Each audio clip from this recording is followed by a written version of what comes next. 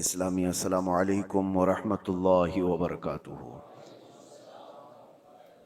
الحمد للہ وکفا وسلام علی حبیبہ المصطفیٰ، اما بعد فاعوذ باللہ من الشیطان الرجیم، بسم اللہ الرحمن الرحیم۔ یا ایہا الذین آمنوا کتب علیکم الصیام کما کتب علی الذین من قبلکم لعلکم تتقون۔ صدق اللہ مولانا العظیم۔ بارگاہ رسالت مآب صلی اللہ علیہ وسلم میں درود پاک کا ہدیہ پیش کریں۔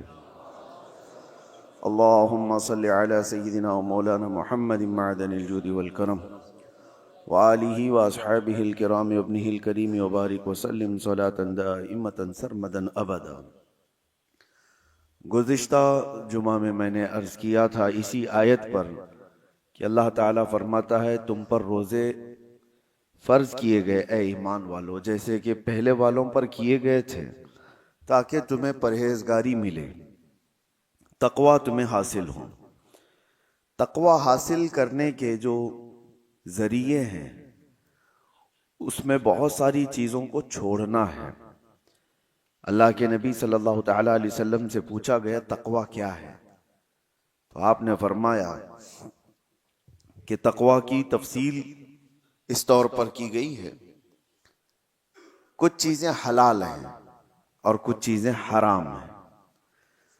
یہ واضح ہے، حلال بھی سب کو پتہ ہے، حرام بھی واضح ہے، پتہ ہے، لیکن ان دونوں کے بیچ میں کچھ چیزیں ہیں جو مشکوک ہیں، جس کے حلال ہونے میں یا حرام ہونے میں لوگوں کو شک ہے۔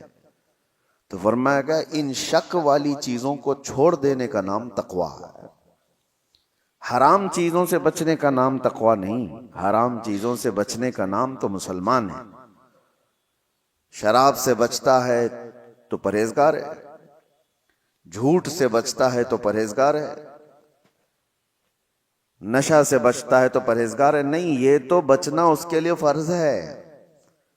یہ حرام چیزوں سے تو بچنا ضروری ہے، لیکن کچھ ایسی چیزیں جو شبہ والی ہیں، پتہ نہیں کہ حلال ہے کہ حرام ہے، ان چیزوں کو بھی چھوڑ دینے کا نام تقوی ہے۔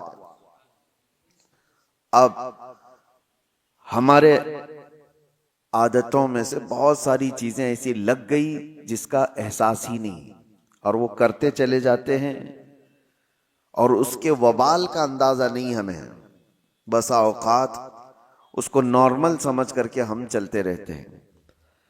سب سے بڑی تباہیوں میں ہمارے جسم سے جو ہوتی ہیں، زبان کی تباہی ہے۔ تقوی کے حاصل کرنے میں مین رکاوٹ بن جاتی ہے زبان۔ زبان جتنا کچھ کرتی ہے اتنا دوسرے اعضاء نہیں کرتے۔ اسی لیے فرمایا گیا کہ صبح اٹھتے ہی سارے اعضاء، ہمارے جتنے جسم کے پارٹس ہیں، یہ سب زبان سے پناہ مانگتے ہیں کہ تو اگر سلامت رہی، خاموش رہی تو ہم سب سلامت رہیں گے، اور اگر تو بہک گئی تو مار ہم کو بھی پڑتی ہے۔ زبان سے گالی کسی کو دیا لیکن کوئی زبان کو نہیں مارتا، دوسری جگہ پڑتی ہے۔ تو زبان کے متعلق یہ کہا گیا کہ اس کی تباہ کاریاں زیادہ ہیں، اور یہیں سے بات آتی ہے اب روزے کی۔ میں آپ کو کہوں، ظاہری طور پر تو ایسا لگتا ہے کہ روزہ رکھوا کر کے منہ کی تمام چیزوں کو بند کر دیا گیا، یعنی کوئی غذا، کوئی پانی اندر نہ جائے۔ جو زبان جس کے چٹخارے لیتی ہے، جس کی لذتیں لیتی ہے، جس کو چکھتی ہے، اس کو روک دیا گیا ہے کہ زبان کے ذریعے سے کوئی بھی چیز اندر نہ جائے، اس کو خاموش رکھنا ہے۔ صبح سے لے کر شام تک کھانے پینے کی کوئی چیز اس سے نہ گزارو۔ تو ظاہری طور پر تو یہ لگتا ہے کہ کھانے پینے کی چیزوں سے اس کو روک دیا گیا، تو اور آپ رک بھی جاتے ہیں، بہت اچھا ہے۔ اور کھانے پینے کی شہوتوں سے زبان کو روک تو دیا، لیکن اس کے بعد یہ کچھ دوسری شہوتوں کی طرف چلی جاتی ہے۔ زبان سے بے حیائی کی باتیں کرنا، گالی دینا، غیبت کرنا، چغلی کرنا، اگر اس سے وہ نہ بچ پائی تو پھر کھانے پینے والی چیزوں سے بچنے کا کوئی مطلب نہیں رہ جاتا۔ زبان کی دو غلاظتیں ہیں، ایک وہ کھانے پینے کی حرام لذتوں کی طرف سے اگر اس کو دی جائے تو ایک خرابی وہ ہے، اور دوسری وہ ہے کہ اس زبان سے لوگوں کو زخمی کیا گیا ہے تو وہ بڑی غلاظت ہے۔ اس سے اگر نہیں بچ پاتا آدمی تو کھانے پینے سے اپنے آپ کو بچا کر کے کیا فائدہ کیا ہے؟ حدیث پاک میں ملتا ہے حضور پاک صلی اللہ علیہ وسلم کے پاس 2 لڑکیوں کی شکایت لائی گئی تھی۔ شکایت کیا؟ فرمائش کہ شام ہونے سے قبل وہ بہت بے چین اور بے قرار تھیں کہ ان کو جیسے ہمارے ہاں کہا جاتا ہے روزہ لگ گیا۔ 2 لڑکیوں کے بارے میں اجازت مانگا گیا کہ ان کو جلدی افطاری کی اجازت دی جائے، اس لیے کہ ان کا حلق سوکھ گیا اور یہ بے قرار ہیں، بہت تڑپ رہی ہیں بھوک اور پیاس سے۔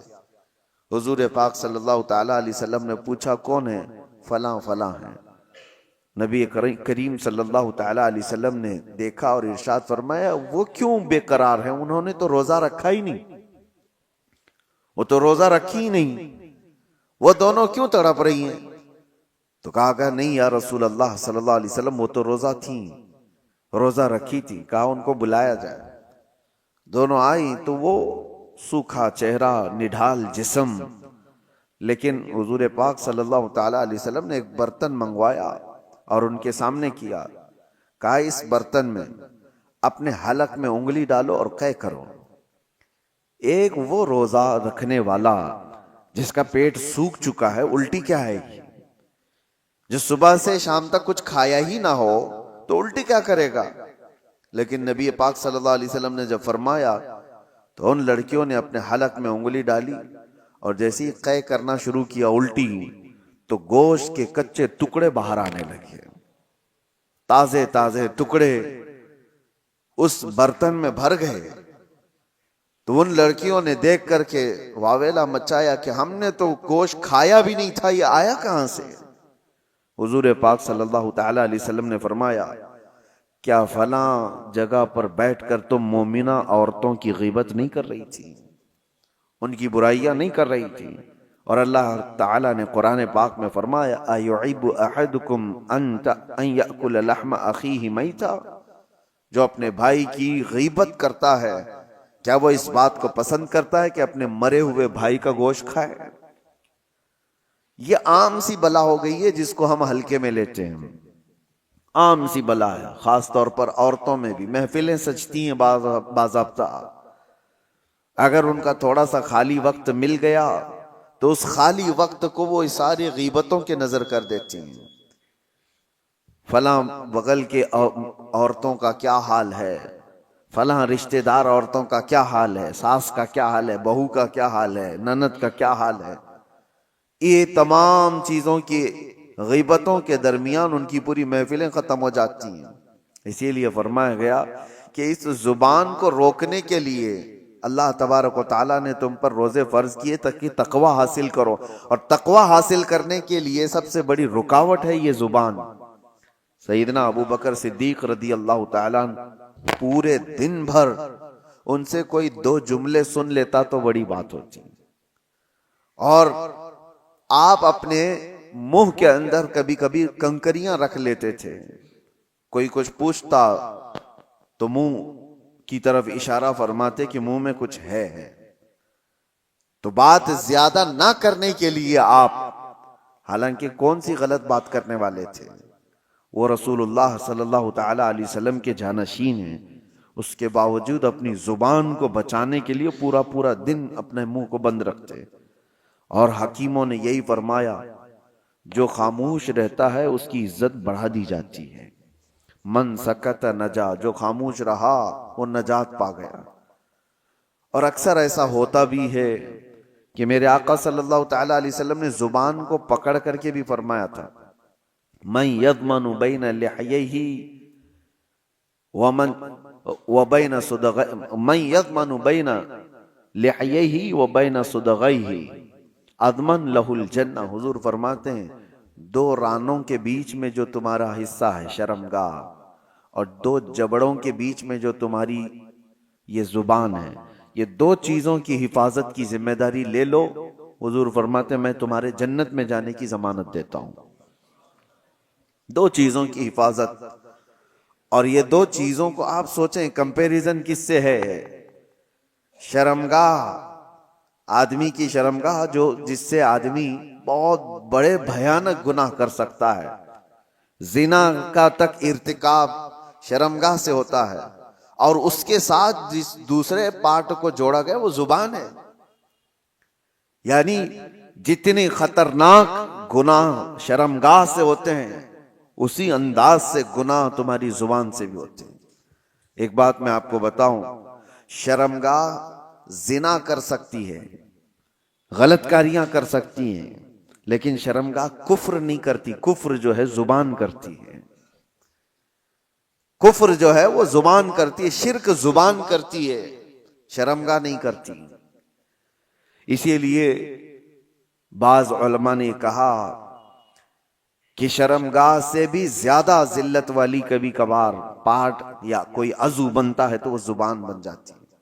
اللہ کا انکار کرنے والی زبان، رسول اللہ صلی اللہ تعالی علیہ وسلم کی تمام نشانیاں دیکھ کر کے زبان سے ان کے خلاف بولنے والی زبان، اسلام کے خلاف بھونکنے والی زبان، یہ وہ زبان ہے جو شرمگاہ سے بھی زیادہ خطرناک ہے. اور آپ کے جسم کے اندر، آپ کے منہ کے اندر جو زبان ہے، آپ خود اس کو فیصلہ کریں کہ کس حد تک صحیح ہے اور کس حد تک گری ہوئی ہے. عرب میں ایک بات کہی جاتی ہے، جراحت السنان لها التیام ولا یلتام ما جرح اللسان. تلوار سے دیا ہوا زخم سوکھ سکتا ہے، زبان سے دیا ہوا زخم کبھی نہیں سوکھتا. جس کو زبان سے آپ نے کبھی طعن و تشنیع کیا، گالی دیا ہے، اس کے دل کو چھلنی کیا ہے، وہ برسوں تک اس کا زخم دل کے اندر رہے گا، وہ مندمل نہیں ہوتا. چاقو سے کاٹا ہوا زخم تھوڑے دنوں کے بعد صحیح ہو جاتا ہے. اسی لیے کہا گیا کہ زبان کی اپنی حفاظت کرو. روزہ اس کے لیے سب سے بہترین ریہرسل تھا. روزے میں اسی لیے ہماری زبان کو روکا گیا. اب دو چیزوں کی طرف میں آپ کو اشارہ کرتا ہوں. اس زبان کی دو شہوت ہے. شہوت کیا ہے؟ برائیوں کی خواہش. اس کی دو شہوتیں، ایک کھانے پینے کی شہوت زبان کے اندر ہے، یعنی اس کو جو چٹکارے لگے ہیں نا، جو لذتیں لگی ہیں، اس سے کم پر یہ راضی نہیں ہوتی. جو تم نے لذیذ چیزوں کی اس کو عادت ڈالی، اس سے کم پر یہ راضی نہیں ہوتی. یہی تو بات ہے کہ بچے آج گھر میں کچھ سبزی بنا دو، دیکھو پھر کیسے بوال کرتے ہیں. یہ کیا ہے؟ کھانا ہے؟ کوئی نکل گئے. کیونکہ زبان کو انہوں نے کسی لذت کی عادی بنا دیا، ان کو بغیر وہ چیز کے ملے ہوئے. اس سے بھی بڑھ کر کے جو لوگ شراب کی لذت اس کو دے چکے ہیں، وہ اس سے کم پر بھی راضی نہیں ہوتی. کیوں نہیں چھوٹتی شراب لوگوں کی؟ اس لیے کہ زبان کی شہوت ہے. اور یہ زبان کی شہوت پر جب بندہ کنٹرول نہیں کرتا تو وقت ایسا آ جاتا ہے کہ پھر وہ حرام بھی نہیں دیکھتی، حلال بھی نہیں دیکھتی. یہی تو بات ہے. لوگ آج جس طرح سے باہر کھا رہے ہیں، جو ملے وہ سب کھا رہے ہیں. ان کو نان ویج چاہیے تو یہ دیکھنا بھی نہیں ہے کہ حلال ہے کہ حرام ہے، بس زبان کو اس کی لذت چاہیے. آج تو اتنا کامن ہو گیا. میں نے اس سے قبل شاید آپ کے درمیان ہی بیان کیا یا تفسیر میں عرض کیا تھا کہ رزق کی کتنی زیادہ اہمیت اسلام میں دی گئی ہے، کہ تمہیں اللہ نے پاک چیزوں پر رکھا ہے. اس لیے کہ رزق جب خراب جسم کے اندر جاتا ہے تو صرف تمہارے اعمال خراب نہیں ہوتے، تمہاری نسل بھی خراب ہوتی ہے. صرف تمہارے اعمال تک نہیں رہتا، تمہاری نسل تک بھی جاتا ہے. تو یہ آج جو دور ہے، پوری دنیا تم کو حرام پروسنے کے پیچھے لگی ہوئی ہے. ارے خنزیر کا گوشت تک پروس دیا جاتا ہے. اور لوگ اب وہ تحقیق والے لوگ نہیں رہ گئے، جو مل گیا وہ کھا لیے. پہلے تو یہ ہوتا تھا کہ ہم اپنی نان ویج چیزیں، گوشت وغیرہ کی چیزیں کہیں بھی چلتے پھرتے نہیں لے لیتے تھے. متعین جگہ سے جہاں سے ہمیں یقین ہو کہ اللہ کے نام پر ذبح کیا ہوا ہو تو وہ ہم کھا لیتے. لیکن آج اس کا اہتمام لوگوں نے بند کر رکھا ہے. اور اب ہمارے ہاں تو حلال سرٹیفکیٹ پر تو ویسی بھی پابندی لگا دی جا رہی ہے. اور جو لوگ دیتے تھے ان کا بھی کوئی بھروسہ نہیں تھا کہ یہ حلال کس طرح سے کہا جا رہا ہے. میں نے سنا گھر بیٹھے لوگ اب نئی نئی کمپنیوں سے آرڈر کر دیتے ہیں. یاد رکھنا ان کے حلال ہونے کا کوئی یقین نہیں. گھر بیٹھے لوگ آسانی کے لیے 5 منٹ میں 10 منٹ میں ڈیلیوری بوائے آئے گا اور دے کر کے چلا جائے گا. مارکیٹ میں ملنے والی فروزن چیزیں جو ریڈی میڈ ہوتی ہیں اٹھا کر کے لایا اور اس کو فرائی کیا اور کھلایا, خود بھی کھایا اور بچوں کو بھی کھلایا, جبکہ وہ حرام اگر ہو تو میرے عزیزو آپ نے پورے گھر کو تباہ و برباد کیا ہے.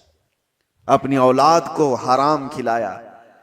آپ کمانے میں تو بہت حرام حلال دیکھ کر کے کما رہے تھے کہ کسی کو جھوٹ بول کر نہیں کماؤں, دھوکہ دے کر نہ کماؤں, کوئی حرام روزی گھر پہ آنے نہ دوں. تمہارے پاس حلال پیسے تھے لیکن حلال پیسوں سے خریدا حرام روزی, تو یہ کہاں آ کر کے گر گئے. یہ سب کی سب چیزیں ہیں, یہ زبان کی لذتیں ہیں جو بندے کو یہ سب کرا دیتی ہیں. کھانے کی ایسی لت پڑی ہوئی ہے, نوجوان ڈھونڈتے رہے کہیں نہ کہیں یہ پیزے برگر مل جائیں, اور جہاں ملا کھا لیا, کیونکہ اس کی لذت اس کو زبان کو ملی, اس سے کم میں نہیں ہو سکتا. ویسٹرن کنٹریز میں عرب لوگوں کو تو یہ فاسٹ فوڈ کمپنیوں نے ایسا عادی بنا دیا کہ ان کے ہاں گھروں میں کھانے بننے کا رواج ہی ختم ہو چکا ہے. نہیں, ان کے لیے تو ایک تعجب کی بات ہو گئی ہے کہ گھر میں کوئی عورت کھانا بناتی ہے. وہاں تو سب کچھ باہر کے دنیا پر ڈیپینڈ ہے. یہ اور بات ہے کہ کمپنیاں ہیلتھ کے سلسلے میں تو دیکھتی ہیں, حکومتیں ہیلتھ کے بارے میں تو دیکھتی ہیں, لیکن حلال ہے کہ حرام ہے اس پر کوئی سیریسنس نہیں ہے. میرے عزیزو, چند سال پہلے ہمارے اسی شہر کی بات بتا رہا ہوں, ایک پیزے کی مشہور دکان میں ایک صاحب نے خریدا اور کھایا بھی اور دوسروں کو کھلایا بھی. بعد میں پتا چلا کہ یہ دکان والا حالانکہ مسلمان ہے, اونر مسلمان ہے, پیزے کی دکان والا. سننے میں آیا کہ وہ پورک بیچتا ہے, سور کا گوشت بھی پیزے میں ملا کر کے بیچا جاتا ہے. تو یہ صاحب فوراً بھاگے بھاگے اس کے پاس گئے, کہا کہ میں تو آپ کی داڑھی اور آپ کے نام کے سلسلے میں مطمئن تھا, تم یہ کیا کر رہے ہو؟ کہا کہ صاحب آپ کے لیے نہیں بیچ رہے ہیں, ہمارے پاس دوسرے لوگ بھی آتے ہیں, ان کے لیے بیچا جا رہا ہے. معاذ اللہ رب العالمین. کیا اسلام اس بات کی اجازت دیتا ہے کہ کسی مومن کا مال نہ چوری کیا جائے, کسی دوسرے کا چوری کیا جائے؟ حلال ہو جائے گا دوسرے کا مال چوری کرنا. کسی مسلمان عورت سے زنا نہ کیا جائے, کسی دوسری عورت سے زنا کرنے کی اجازت دے دے گا؟ آپ کو جب خنزیر اللہ تعالیٰ نے قرآن میں حرام فرمایا تو اس کا کھانا تو چھوڑیں, اس کا اٹھانا, اس کا دینا, اس کی طرف اشارہ کرنا, سب کچھ حرام ہوگا. کسی نے اگر پوچھا بھی کہ مجھے یہ چیز کھانا ہے اور مجھے بتاؤ کہاں بکتا ہے, تم نے اگر اس کو ہدایت دیا, راستہ بتایا, تو بھی حرام کام کیا. شراب کی دکان کی طرف تم نے اشارے کر کے بتائی یہاں ملتی ہے, جاؤ لے لو پی لو, تم بھی اس کے گناہ میں برابر کے شریک ہو. یہ اگر آج حالات ایسے ہو گئے ہوں تو بچنا کتنا مشکل ہو گیا ہے, کتنا مشکل ہو گیا ہے. ایک ایسے مسلمان کی دکان پر اس نے دیکھا, یہ بڑا بوال بھی ہوا تھا, بہت کچھ ہوا, لیکن میرے عزیزو اس کا علاج کیا ہے؟ کیا آپ سارے کے سارے مل کر کے ایسی جگہوں سے ان تمام چیزوں کو ہٹانے کی مانگ کریں گے کہ تم یہ نہیں بیچ سکتے, تم یہ نہیں؟ میرے عزیزو یہ دنیا اب الگ لیول پر چل رہی ہے. تمہارے مظاہرے, تمہارے پروٹیسٹ سے کوئی چیز بدلتی نہیں. تم اپنی زبان کے خلاف پروٹیسٹ کرو. اس کو جو ہم نے لذتیں دی تھی, وجہ یہ ہے کہ میں گیا کیوں وہاں پر, یہ زبان مجھے وہاں تک لے گئی کہ مجھے یہی کھانا ہے, تو تم وہاں تک پہنچے. اس زبان کو ان تمام لذتوں سے عاری کر دو, نکال دو. اور رمضان اسی کے لیے خاص طور پر مہمان بن کر کے آیا ہے. میرے عزیزو 2 شہوتیں میں نے زبان کی بتائی, ایک شہوت اس کی کھانے پینے کی ہے اور ایک شہوت اس کی بولنے کی ہے.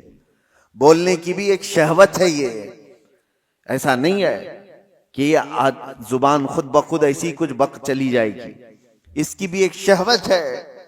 کچھ لوگ لوگوں کو ہنسانے کے لیے جھوٹی چیزیں گڑھ لیتے ہیں. کہا یہ شہوت ہے زبان کی. وہ اپنے آپ کو بڑا بنانے کے لیے لوگوں کے درمیان جھوٹی باتیں پھیلایا اور وہ اتنا ہی بڑا گنہگار ہے.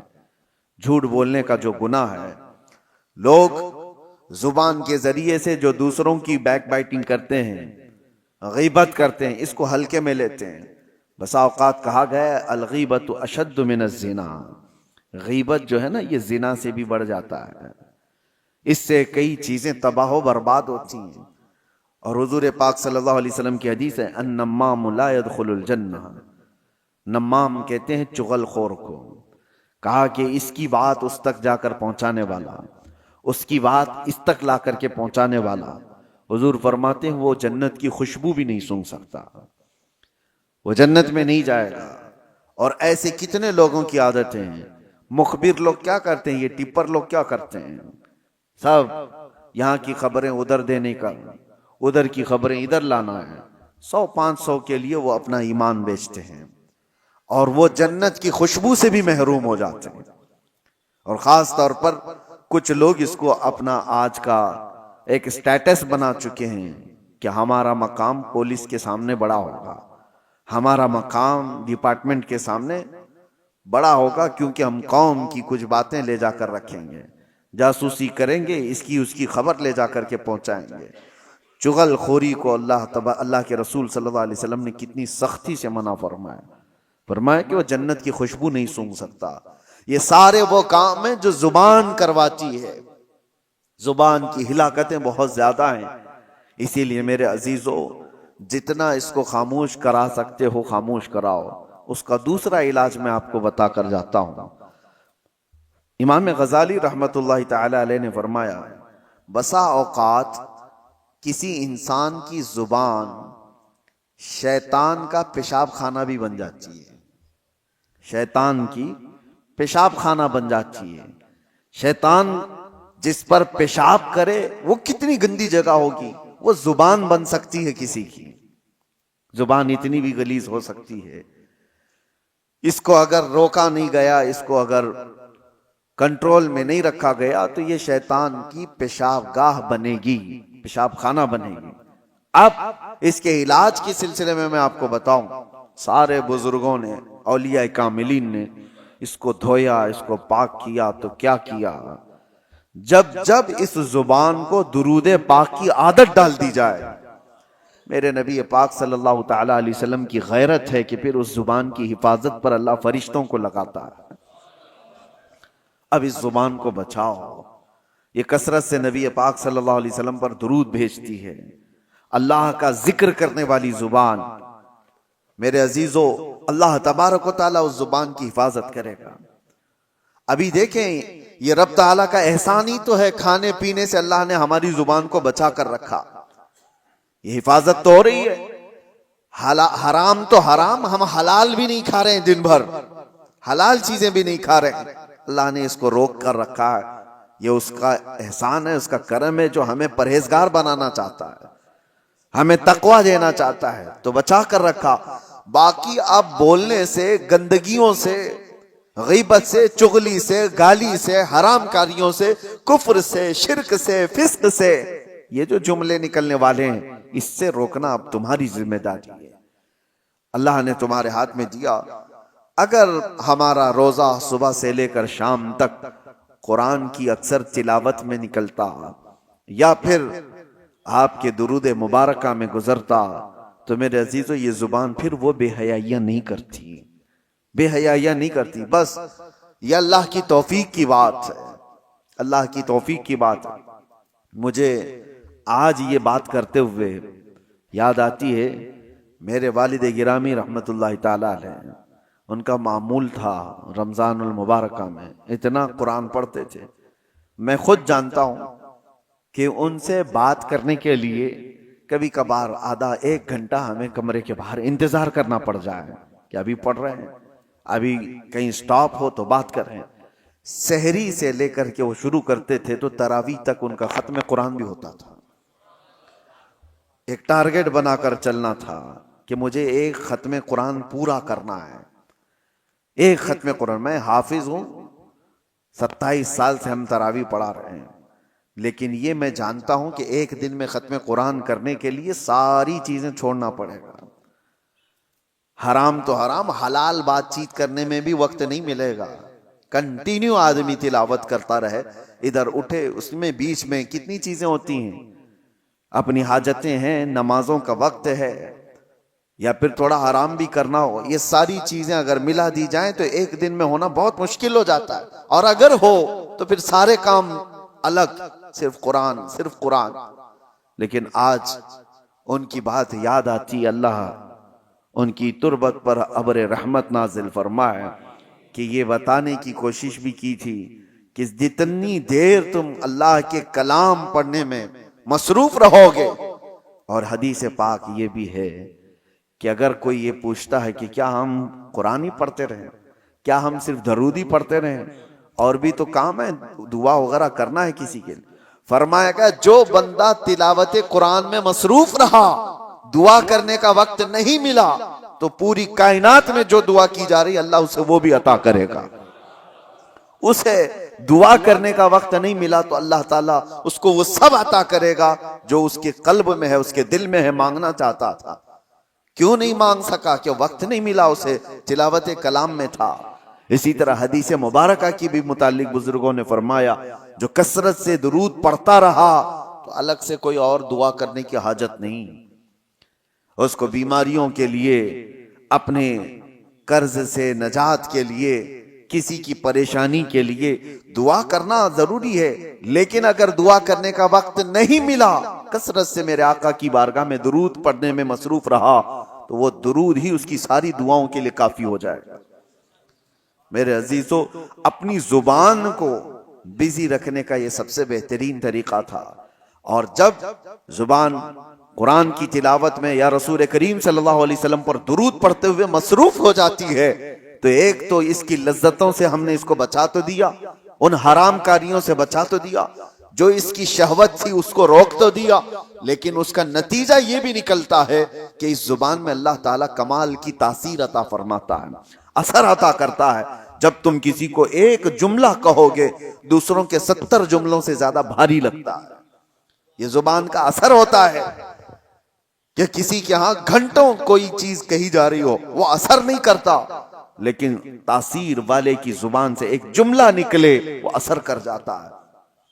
آخری بات، سرکار سیدنا غوث اعظم عبد القادر جیلانی رضی اللہ تعالی جب بیان کرتے تھے تو 70,000 سے کم کا مجمع نہیں ہوتا تھا، اور مجمع ایسا کہ آپ کا بیان ختم ہونے سے پہلے کتنے تو بے ہوش ہو جاتے، کپڑے پاڑ لیتے، کئی مرتبہ تو جنازے اٹھائے جاتے، لوگوں کی روح نکل گئی، کس وجہ سے؟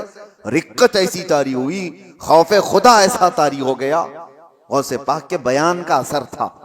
ایک بار آپ نے اپنے بڑے صاحبزادے حضرت عبدالجبار سے کہا کہ آج تم بیان کرو، ہم بیٹھتے ہیں۔ وہ بیان کرتے رہے، کافی دیر تک اسی طرح سناٹا رہا۔ وہ اتر آئے، کہا کہ ابا جان، وہ مجمع کے اندر دمخم نہیں دکھتا جب آپ بیان کرتے ہیں، آپ بیان فرمائیں۔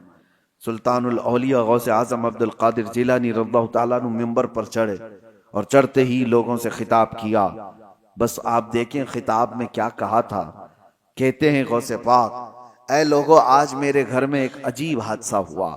عبدالجبار کی ماں یعنی میری بیوی میرے لیے دہی جمع کر رکھی تھی ایک مٹی کی ہانڈی میں، گرمیوں کے دن تھے، میری بھی کھانے کی خواہش تھی، میں بھی تھکا ہارا گھر پہنچا تھا، اور میری بیوی کئی دن سے اس دہی کو جمع کر رکھی تھی، لیکن ابھی قریب تھا کہ میں کھانے کے لیے بیٹھوں، ایک بلہ آیا گھر میں اور پنجہ مار دیا، اور اس ہانڈی کو ایسا پنجہ مارا کہ ہانڈی پھوٹ گئی اور دہی پورا بہہ گیا، اور وہ بلہ اس پہ چاٹ کر کے چلا گیا، نہ میں کھا سکا نہ میری بیوی کھا سکی۔